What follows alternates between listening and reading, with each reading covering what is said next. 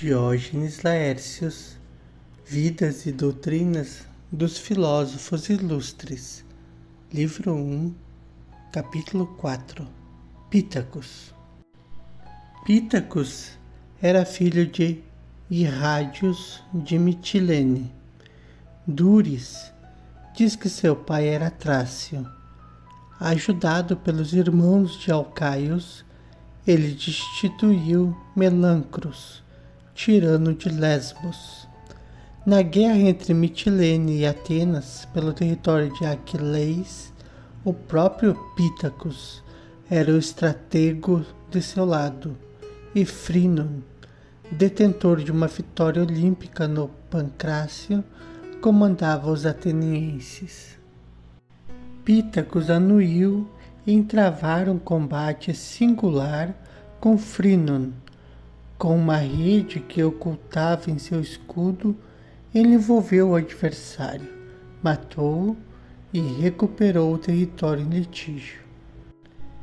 De acordo com a informação de Apolodoros em sua crônica, mais tarde, Atenas e Mitilene submeteram a divergência a arbitramento. Ouvindo as alegações, Periandros adjudicou a região aos atenienses. Na época, entretanto, os mitilênios honraram extraordinariamente Pítacos e puseram o governo em suas mãos. Ele exerceu o poder durante 10 anos, renunciando depois ao cargo.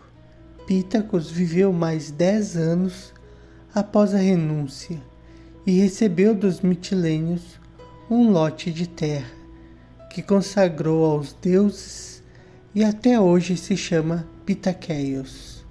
Sosícrates diz que Pítacos ficou com uma pequena parte do lote para si mesmo, afirmando que a metade é mais que o todo. Croesus também lhe ofereceu riquezas, mas Pítacos as recusou, alegando possuir o dobro do que necessitava, pois havia herdado os bens de um irmão falecido sem deixar filhos.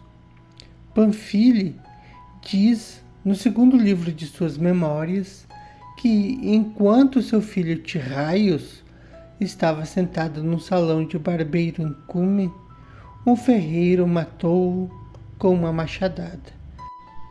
Quando os cumanos mandaram o criminoso preso à presença de Pítacos, este, tomando conhecimento dos fatos, restituiu-lhe a liberdade e declarou: "É melhor o perdão agora do que o arrependimento mais tarde."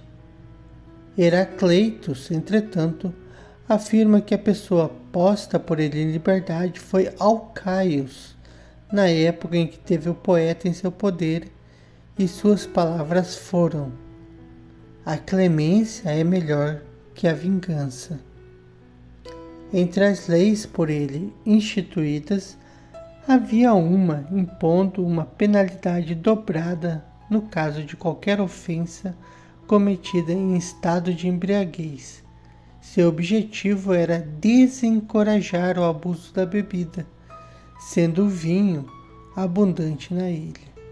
Um de seus preceitos era: "É difícil ser bom", citado por Simonides.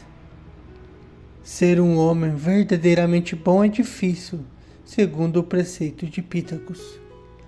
Platão também o menciona em seus diálogos Protágoras. Contra a necessidade, nem os deuses lutam. E também, o cargo revela o homem. Certa vez, quando lhe perguntaram qual era a melhor coisa, Pítacos respondeu: "Desincumbir-se bem da tarefa presente." Respondendo à pergunta de Croesus quanto à melhor forma de governo, ele disse: "O governo da madeira cambiante." Pítacos também exortava os homens a obterem vitórias incruentas. Quando um Foceu disse que seria necessário procurar um homem excelente, Pítacos retrucou: Se o buscares com muito cuidado, nunca encontrarás. Ele deu as seguintes respostas a diversas perguntas. O que é agradável? O tempo. O que é obscuro? O futuro.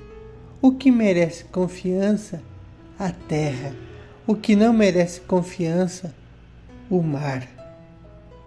Pitacus disse que é próprio dos homens prudentes prever as dificuldades para evitar que elas se concretizem, e é próprio dos corajosos enfrentá-las quando elas aparecem. Não devemos divulgar nossos planos antecipadamente, pois se eles falharem, ninguém rirá de nós. Não devemos recriminar quem quer que seja vítima de infortúnios, pois a justiça divina pode fazê-los reverter contra nós. Cumpre-nos restituir o que nos foi confiado. Não devemos falar mal de um amigo e nem mesmo de um inimigo.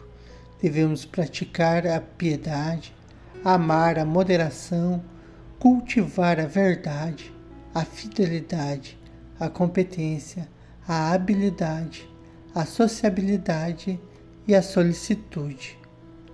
O mais popular de seus poemas convivais, ainda cantados, é o seguinte: com arco, flechas e carcaz, devemos marchar contra o homem mau.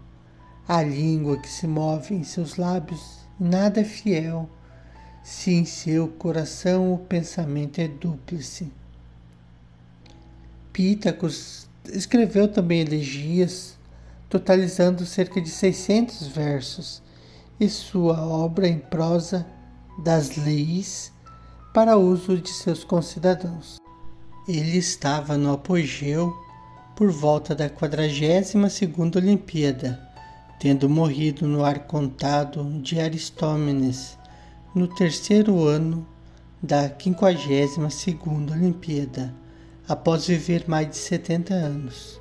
Sobre seu túmulo havia a seguinte inscrição: com lágrimas maternais, esta sagrada Lesbos chora o finado Pitacus, por ela gerado.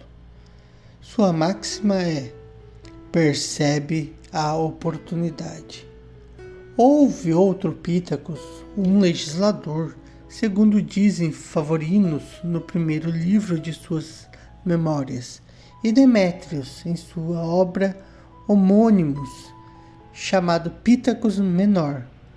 Dizia-se que o sábio foi consultado certa vez por um jovem sobre seu casamento, e sua resposta foi a seguinte, como diz Calímacos em seu Epigramas. Um estrangeiro de Atarneus perguntou a Pitacus de Mitilene, filho de Rádios: 2 casamentos se me oferecem, venerável ancião. Uma das esposas é igual a mim em riqueza e estirpe, a outra me ultrapassa. Qual delas devo preferir? Dize-me então, qual das duas devo levar ao altar? Assim ele falou.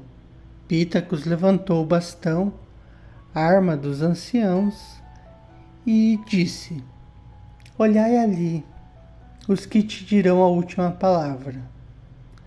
Num amplo cruzamento, alguns meninos lançavam seus peões velozes, puxando os cordéis e dizendo a cada um: fica em teu lugar. Ouvindo essas palavras, o estrangeiro renunciou a uma casa maior, acolhendo a advertência gritada pelos meninos, e conduziu a esposa à sua pequena casa. Sendo assim, tu também, Dion, ficará no teu lugar. O conselho parece ter sido uma decorrência da situação do próprio Pitacus. De fato, o sábio se casara com uma mulher superior a ele em nascimento, irmã de Drácon, filho de Pentilus, que o tratava arrogantemente. Alcaios apelidou-o de Sarapos ou Sarapos, porque tinha os pés chatos e os arrastava ao caminhar. Também de frieiras, por ter os pés rachados, para os quais a palavra usada era queiras.